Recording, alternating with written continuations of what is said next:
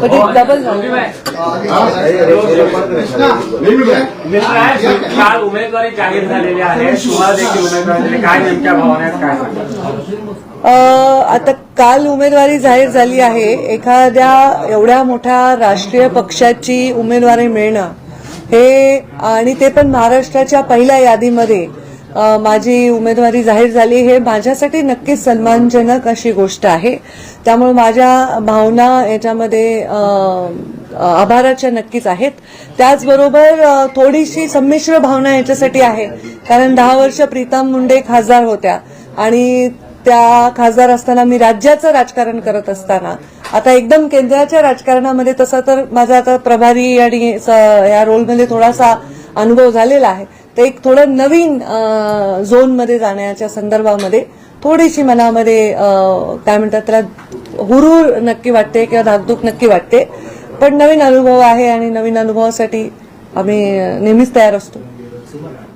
अपेक्षा होती, कारण बरेच दिवस झाले अशाच चर्चा होती. अपेक्षा मला नव्हती, पण असं नाव येण्याच्या संदर्भामध्ये खूप मोठा धक्का लागला असं नाही, कारण अशा चर्चा बरेच दिवस झाले चालल्या होत्याच. त्यामुळे मला असा फार मोठा धक्का लागला असं म्हणता येणार नाही. पण साहजिक आहे, जोपर्यंत निवडणुकीच्या रिंगणामध्ये पक्षाच्या सहीनी उमेदवारी जाहीर होत नाही तोपर्यंत ती उमेदवारी अधिकृत नसते. त्यामुळे मला बघेपर्यंत मला काही त्याच्याबद्दल खूप फार आत्मविश्वास असा नव्हता. ताई, मात्र ज्या वेळेस 5 वर्ष खरं तर तुम्ही ज्यावेळेस निवडणूक हरल्यानंतर अनेक वेळेस टीका देखील करण्यात आली होती, त्यानंतर आता प्रीतमताईंचं तिकीट कट करून तुम्हाला खरं तर उमेदवारी दिलेली आहे. त्यामुळे प्रीतमताईंना पुन्हा कुठल्या संधीसाठी काही बोलणं झालंय काही असं विचारलं? प्रीतमताई खरं तर मुंडे साहेबांच्या झाल्यानंतर त्यांचं एवढं छान डॉक्टरचं करिअर सोडून राजकारणात आल्या आणि 10 वर्ष संपूर्णपणे त्यांनी स्वतःला राजकारणामध्ये वाहून घेतलं. आमच्या दोघींचं कॉम्बिनेशन खूप छान होतं. मी राज्य सांभाळायचे, त्या जिल्हा सांभाळायच्या. ज्या गोष्टी मी नव्हते करत त्या करू शकत होते वेळेअभावी, त्या ते करायच्या, आणि मग मी धोरणात्मक निर्णय मी करायचे आणि व्यक्तिगत गोष्टींना त्या स्पर्श करायच्या. तर त्यामुळे आमच्या दोघींमध्ये ते कॉम्बिनेशन खूप चांगलं होतं आणि ते भविष्यातही राहणारच आहे. प्रीतमताई खासदार असताना मी 5 वर्ष घरीही बसले आहे, आम्हाला तोही अनुभव आहे. आणि आता मला असं वाटतं की तेवढ्या वेळ प्रीतमताईंना वाट बघावी लागणार नाही. मी जे शब्द जाहीररित्या सांगितला की प्रीतम मुंडेंना मी विस्थापित करणार नाही, आणि त्या शब्दावर मी कायम आहे. ताई, याला जोडूनच एक प्रश्न आहे. सुधीर मुनगंटीवार ज्यावेळी बीडमध्ये आलेले होते त्यावेळी प्रीतमताईंना संबोधित करून म्हणाले होते की काय प्रीतमताई एक राज्यसभा खासदार, एक लोकसभा खासदार, असं काही चित्र येत्या काळामध्ये पाहायला मिळू शकतं का? आता याच्याबद्दल खरं तर मी भाष्य करणं अनुचित आहे. आतापर्यंत अनेक वेळा गेल्या 5 वर्षात किमान 10 विधान परिषदा, 10 राज्यसभा झाल्या असतील. त्या अनेक वेळा माझं नाव चर्चेमध्ये आलं होतं, पण तेव्हाही मी हेच म्हटलं की माझ्या हातात नाहीये, माझा निर्णय नाही. त्यामुळे त्याच्यावर आत्ता भाष्य करणं अनुचित राहील. संविधान केलं होतं की माझा राजकीय वनवास सुरू आहे, तर आता जी उमेदवारी मिळालेली आहे तर तुमचा राजकीय वनवास संपला असं म्हणायचं का? हे पण राजकारण हा एक फार मोठा खडतर प्रवास आहे, तर तो कायम असतो. म्हणजे पदावर असण्याने कमी खडतर असतो असं नाही. पण नक्की आता बीड जिल्ह्याची जनता काय करेल ह्याच्याकडे महाराष्ट्राचं लक्ष नक्कीच लागून आहे. हा प्रवास कसा होतो ह्याच्याबद्दल मला पण स्वतःला उत्सुकता आहे, कारण प्रीतमताईंच्या लोकसभेच्या निवडणुकीत सुद्धा आम्ही प्रचंड संघर्षाने ती निवडणूक जिंकलो होतो.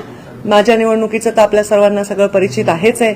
तर मग आता मी पण उत्सुक आहे की या निवडणुकीमध्ये काय परिस्थिती निर्माण होते, आणि निवडणुका लढणं त्यातल्या त्यात म्हणजे दुसऱ्यांसाठी लढणं हा अनुभव माझ्यासाठी वेगळा राहिलेला आहे. आता स्वतःसाठी उमेदवारी मिळाल्यानंतर वेगळ्या पद्धतीने विचार करावा लागेल. तुम्हाला भेटलेले होते, आता तुम्हाला उमेदवारी जाहीर झालेली आहे, पुन्हा मंत्र्यांची भेट तुम्ही घेणार आहात? हे पहा, धनंजय माझे बंधू धनंजय जिल्ह्याचे पालकमंत्री आणि त्यांचा पक्ष आणि भारतीय जनता पार्टीचा आमचा पक्ष यांची युती आहे राज्यामध्ये, आणि त्याच्यामुळे नॅचरली जिल्ह्यात आम्ही एकत्र आहोत.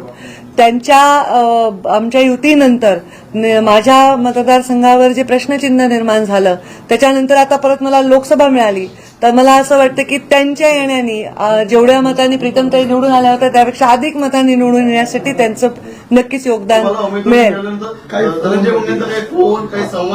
भरपूर संवाद आमचे संवाद आता खूप झाले जास्त. उमेदवारी मिळाल्यानंतर काही फोन आला का? किंवा तुमच्या उमेदवारी आम्ही रोज बोलतो. प्रयत्न केले होते का? आम्ही रोज बोलतो. ते पहा, ते भाजपच्या श्रेष्ठींची उमेदवारी आहे, त्यामुळे असं काही प्रश्नच चुकीचा आहे तुमचा. काही मात्र ज्या पण मन की बात काही झाली का?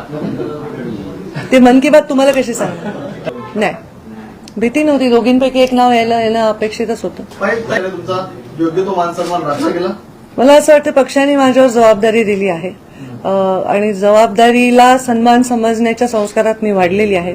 तर या जबाबदारीचा मी सन्मान म्हणून स्वीकार करतो. वेगळा आणि मोठा अनुभव राहिलेला आहे राज्याच्या राजकारणातला. आता तुम्हाला केंद्रात जावं लागणार आहे, तर लोकसभा निवडणुकीनंतर जो काही निकाल असतो त्यानंतर नाही, थँक्यू. पण राज्यातलं राजकारण सोडून केंद्रात जाण्याची आताची भावना कशी आहे, म्हणजे काय वाटतं या सगळ्यात? आता खूप प्रीमॅच्युअर आहे. काय वाटतं म्हणजे उरूर वाटते. नवीन नोकरीच्या इंटरव्ह्यूला जाताना जसं वाटतं, लग्नाच्या बोल्यावर चढताना जसं वाटतं, अगदी तसंच वाटतं. नाही, आता जोपर्यंत कुठली गोष्ट अधिकृत होत नाही त्याच्यावर भाष्य करणं आयोजित ते मी त्यांना प्रत्यक्ष भेटीत सल्ला देईन अशी अपेक्षा आहे, कारण जास्त ताकद वाढेल ना. कारण आम्ही जिल्ह्याची जेव्हा निवडणूक लढलो तेव्हाची परिस्थिती वेगळी आहे, विधानसभेत एकमेकांसमोर तेव्हा तिथली परिस्थिती वेगळी आहे. नक्कीच धनंजय मुंडेंच्या येण्यानंतर परळी विधानसभेमध्ये आम्हाला जास्तीचा त्रास होणार नाही. युतीचे उमेदवार म्हणून तुमचं काम करतील विधानसभेत, तुम्ही त्यांना तसं सहकार्य करा परळी विधानसभेसाठी. जसं आता ते माझं करतील तसंच मी त्यांचं करेन. घ्या, प्रीतम भाई बोलला. आता लोकसभेवर जात आहेत, काय त्यांना तुम्ही सांगाल? जेव्हा उमेदवारी जाहीर झाली तुम्हाला माहित होतं का ताईंचं नाव जाहीर होणार आहे? का वेगळा धक्का होता की काही आश्चर्य वाटलं तुम्हाला?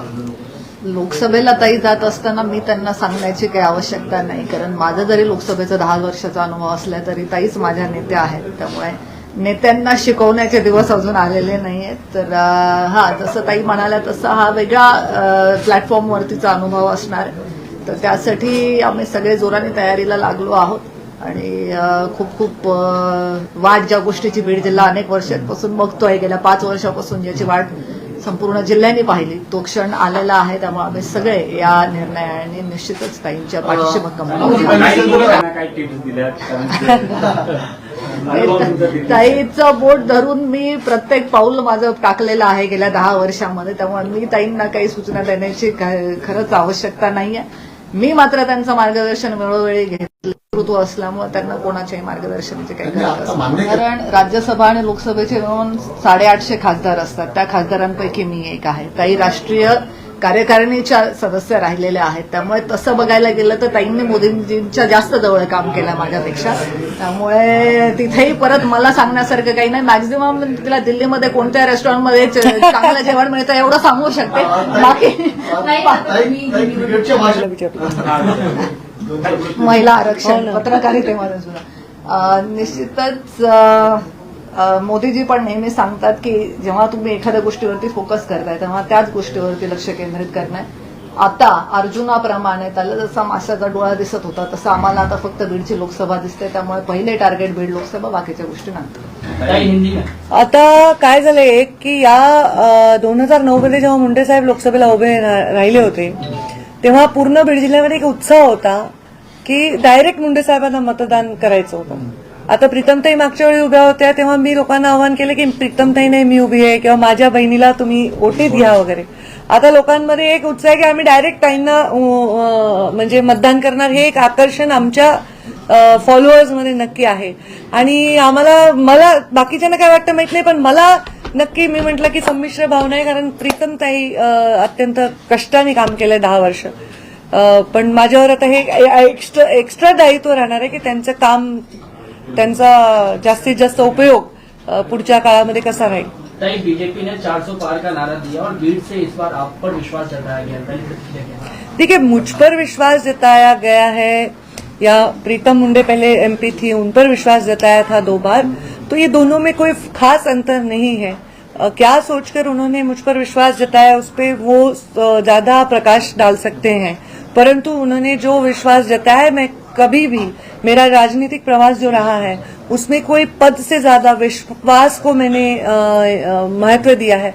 और मुझके कोई विश्वास रखता है तो मैं उसको अपना सम्मान मानती हूँ और ये सम्मान मैं स्वीकारती हूँ और अभी अगली लड़ाई के लिए तैयार होती हूँ. अभी 400 पार वगैरह के लिए तो बड़े नेता योगदान देंगे. अभी हम तो हमारे चुनाव में फोकस करेंगे पूरी तरह. लेकिन ऐसे लोकसभा से आपको उम्मीदवार बनाया गया जहां पर प्रतिनिधित्व जो है लोकसभा की आप की बहन कर जी। रही थी, उसके बाद इस तरीके का पार्टी की तरफ से ऐलान किया जाना, क्या ये आप एक्सपेक्टेड मान के चल रही थी? देखिए, ऐसा ऐलान होना एक्सपेक्टेड मान के चल रही थी, क्योंकि जो अलायंस महाराष्ट्र में हुए पिछले कुछ दिनों में, उसके बाद से एक प्रश्न चिन्ह खड़ा हुआ कि मेरा विधानसभा क्षेत्र अभी मेरे पास रहा नहीं। तो उसके बाद, और मैं राष्ट्रीय स्तर पर काम करती हूँ पिछले 5 साल से, तो उसके बाद एक ऐसी चर्चाएं थी कि ऐसा हो सकता है।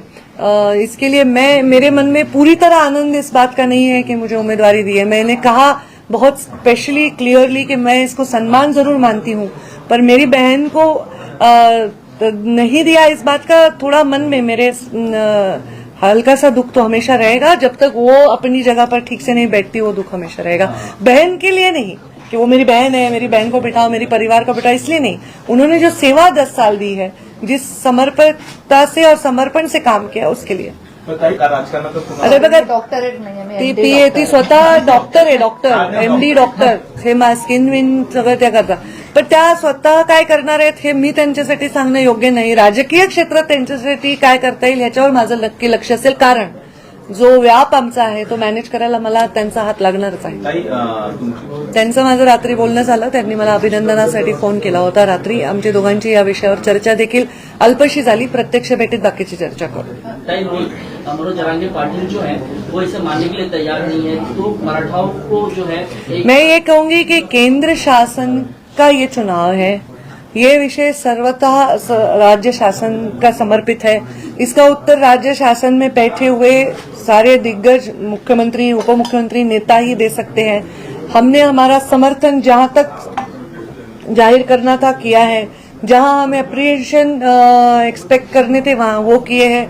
तो मैं खुद एक नेता के तौर पर समझती हूं कि दोनों समुदाय को हमेशा एक दूसरे से ना लड़कर, इसमें से सुलझकर एक विषय को बाहर लाना एक नेता का दायित्व है.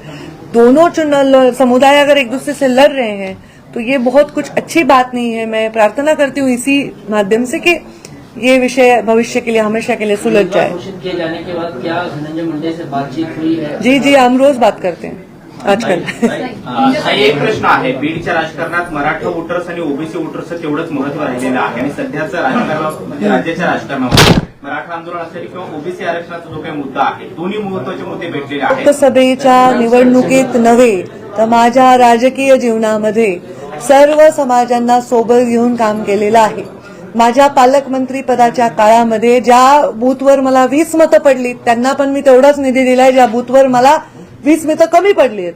त्यामुळे मी जेव्हा एका संविधानिक पदावर जातो, तेव्हा आपण कुठल्या एका पक्षाचे नाही, कुठल्या एका जातीचे नाही, कुठल्या एका विचाराचे नसतो. आपण त्या जिल्ह्याचे, त्या राज्याचे किंवा त्या देशाचे असतो.